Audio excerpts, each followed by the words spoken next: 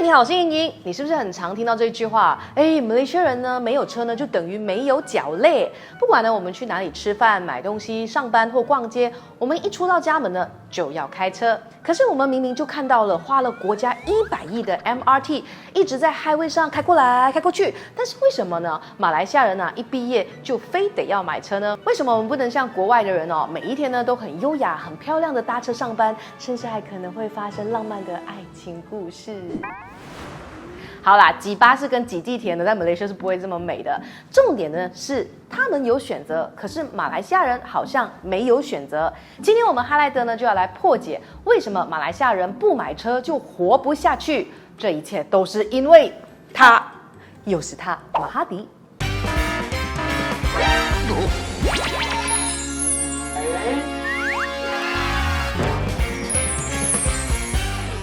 原因一，首相太喜欢开车。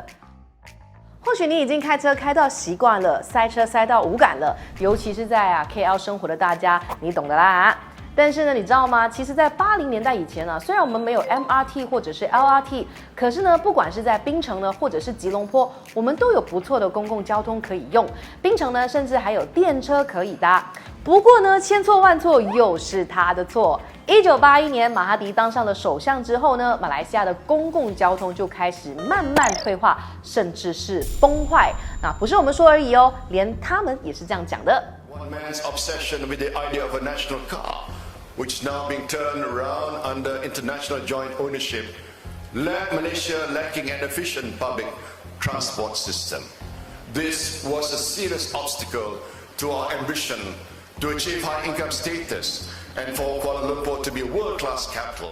马哈迪当上了首相之后呢，从来就不掩饰自己呢迷恋开车这件事，几乎呢从年轻开到老。但是呢，也因为他太爱开车了，所以呢他要整个国家陪他一起开。1985年的时候呢，他创立了 Proton， 开始打造国产车。他希望呢马来西亚拥有自己的汽车工业，因为在他的认知当中只要马来西亚可以制造汽车，我们就可以把国产车卖到全世界。只要把国产车卖到全世界，我们就会像美国或日本成为一个发达国家。当然，这样子的经济理论也没有错啦哈，因为呢，汽车工业可以说是集所有行业之大成啊。国产车从设计到制造，从销售到保养，再从保养到保险，涉及的领域可是非常的多的。只要有一个国产车的成功呢，就可以把其他的行业给带动起来。虽然呢，马哈迪很聪明的看到了这一点，不过呢，他却忽视了马来西亚的资源其实非常有限。他几乎呢倾全国之力把所有的资源都拿来发展国产车。他甚至说呢，他自己的愿望呢，就是看到每家每户都买一辆车，因为他认为国家需要很多人买国产车，我们的汽车工业才会有办法发展起来。So， 今天呢，他的愿望是真的实现了。不过呢，我们不是说国产车的成功，而是说每家每户都买一辆车这件事。2021年，马来西亚的注册车辆有3330万辆，但是呢，全国的总人口却只有3260万人。我们哪里只是每家每户一台车哦？现在呢，根本是一人一辆哦，不对，是车比人多。因为国家呢鼓励大家买车嘛，所以呢政府就用了1代人的时间呢，成功把爷爷奶奶步行上下班、走路谈恋爱的习惯呢，扭转成大家都不喜欢走路，只喜欢开车的社会文化。如果你问说马来西亚的国产车最成功的地方是在哪里呢？那可能应该就是鼓励大家不要使用公共交通了吧。原因2，只有开车才安全。当然你会说，马哈迪只是鼓励我们买车，又不是用枪逼着你去买，我们还是有选择的权利吧，对不对？我可以不要的确实没错，真的没有人逼你买。不过呢，你的生活环境确确实实会间接的逼迫你买车。为什么说间接呢？那你想象一下哦，如果马来西亚每一个地方的公共交通都很不错，你走出家门都可以很方便、安全又准时的搭到巴士或者是 LRT， 我相信呢，绝大多数的人呢都不会想要花钱买车，或者是不一定要这么做。问题是呢，从80年代开始马来西亚的城市规划都是参考美国，不是以人为本，而是以车为本。所有的建设呢，都是用开车的逻辑呢去进行设计的。斑马线会塞车啊，那就拿掉斑马线哦。马路没办法加宽啊，那就砍掉树或者是铲掉人行道。那结果是什么呢？就是整个环境都对行人或者是公共交通使用者很不友善，甚至呢还会让你感觉到威胁你的生命。其实马来西亚有一些车道啊是已经加宽到了违反国际安全标准的，所以呢不管政府呢花多少钱买多少的巴士，盖多少的 MRT 或者是 LRT， 很多人呢都会宁愿开车，也不愿意冒着生命危险走在路上。那这个政府精心打造出来的一个这样的环境，都间接的会逼使大家呢去买车通勤，除非呢你选择一辈子都不要出门啦，或者是用时间和生命来交换，不然呢你其实是很难不买车的。Agree？ 留言告诉我们。原因3，很多highway逼你开车。那如果你是马哈迪的粉丝呢，你可能也会想要在这个时候呢帮他平反的，因为啊他确确实实在任期内做了很多硬体的建设，比如说很完善的道路系统以及很多的 highways。这个 highways 呢不只逼你给偷的钱啊，它还会让你没有其他选择，只可以开车出门。怎么说呢？那首先，马来西亚之所以会有这么多的 highways 呢，主要就是因为马哈迪鼓励大家买车之后，路上的车子呢也越来越多了嘛，那马路的空间也就越来越不够用咯。那怎么办呢？政府呢就采取了最简单粗暴的解决方式。太塞车是吗？那就直接 upgrade 成行人没办法走的大马路咯。这里塞车呢就盖一条 highway，那边塞车呢就再盖一条 highway， 结果就变成了我们现在的这副模样。整座城市都盖满只适合开车的 highways。生活在吉隆坡的人应该更加能够的感同身受啦，因为我们这里有很多呢治标不治本的这个高速公路，直接在城市里面切过来切过去，把城市呢切成了碎片，把本来呢可以徒步走路的城市切成行人没办法通行的孤岛。据说呢，光是在巴生谷啊就有高达400个高速公路的交流道啊！哇，很多社区的东南西北都被这些高速公路团团的围住，彻底切断步行的人流。所以呢，你就会看到我看得到对面，但是我走不到过去的这个局面。有的时候呢，我们连过马路要去买个酱油啊，都得开车才可以过去。你说这样子对吗？因为我想到那个 Oakland Road 太宽了。至于那些不是住在吉隆坡或者是主要城市的人你以为自己会逃过一劫吗？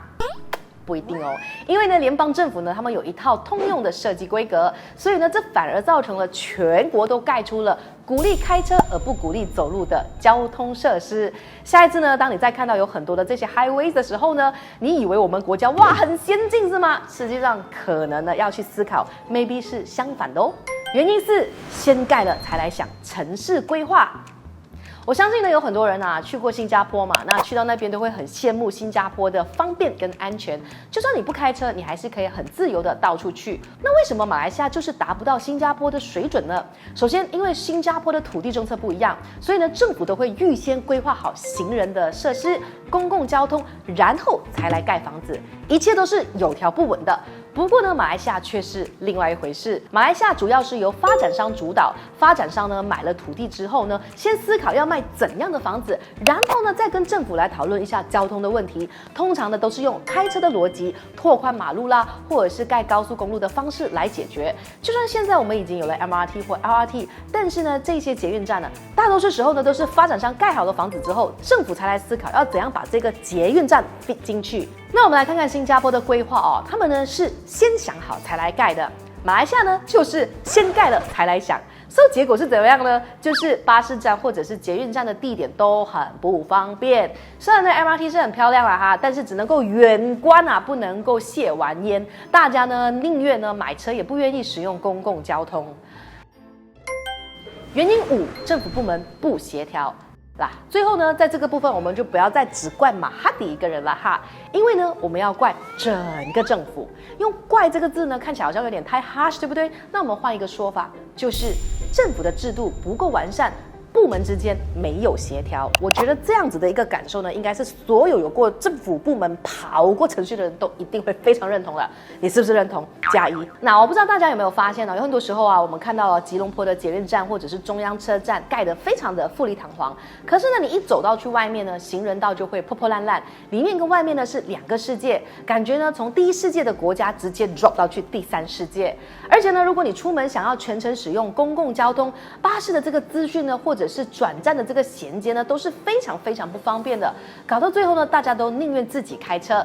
那其实这一种不协调的建设呢，都是因为政府部门的分工问题。举例，如果今天呢，我们不开车，想要搭 MRT， 我们一走出家门啊，我们脚下踩的行人道啦、斑马线呢，是属于地方政府在管的。比如说 Petaling Jaya 的 MBPJ， 或者是槟城的 MBPP。那你穿越到大马路的时候呢，就属于是联邦的工程部了哦。你走到巴士站或者是捷运站，那部分呢是属于交通部的，而路线呢也是由交通部来负责。不过当你坐进去巴士或 MRT 里面呢，这个交通工具却又是属于财政部的哦，是不是非常的复杂呢？其实呢，我们都已经简化了非常的多了。如果呢现在比较专业的朋友呢，请见谅，我们不是想要 confuse 大家。如果呢你知道我们的这一个公家部门的职责分配可以补充的资讯，请在下方留言让我们知道。我觉得其实我们所有人都应该要更加的了解的。那话说回来啊，其实有很多的交通专家都一直在建议联邦要下放权力给地方政府，因为比起不接地气又远离一般民众的 Putrajaya， 只有接近在地居民的单位呢，才能够越了解居民需要什么，才有办法呢去搞好这个交通的问题。曾经呢就有市议员呢分享说，以前地方政府呢想要推行免费的巴士，可是呢交通部却没有派代表来开会。不过呢，他们却必须要获得交通部的批准才可以去推行哦。那因为呢，路线的编排啦、巴士站的位置、班次、执法，全部都是联邦政府控制。那这种呢，有权无责或有责无权的制度，才会导致我们今时今日的这个局面。